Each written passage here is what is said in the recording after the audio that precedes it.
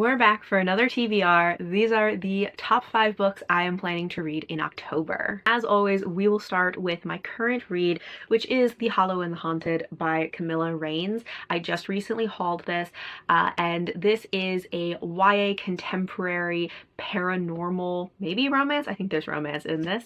And this is following a boy who comes from a family of psychics in their town. There are multiple families, there are rival psychic families, but one day he starts to be haunted by the premonition of a ghost, a death that has not yet happened. Next is The Shadow of the Gods by John Gwynne.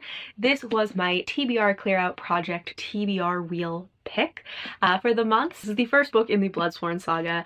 I've heard really good things about this. I've never read anything from John Gwynne, so I'm not really sure how his writing is gonna, work for me. I have heard that his books tend to be pretty combat heavy, which is not my favorite, but I'm still very curious about this.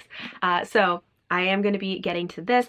I obviously have the physical copy. I will probably try it out as a physical read, but I'm thinking I might like this more as an audiobook. So let me know if you've read the audiobook and if it's good, or if you feel like you should for sure read it physically. So let me know. And then the other book that is kind of a commitment for the month is Fortune and Fate by Sharon Shinn. This is the final book in the 12 Houses series.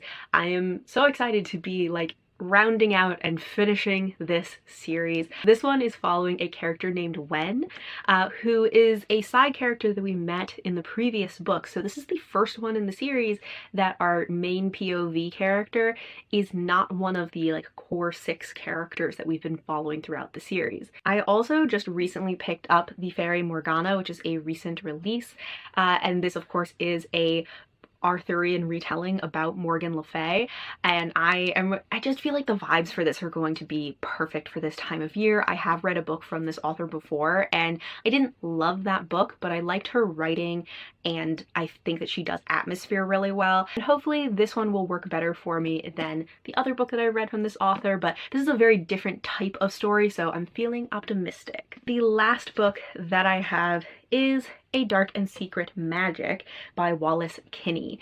This is another kind of contemporary romance. Although it's called A Dark and Secret Magic, I'm getting more cozy, small town, witchy, Hallmark Halloween vibes from this.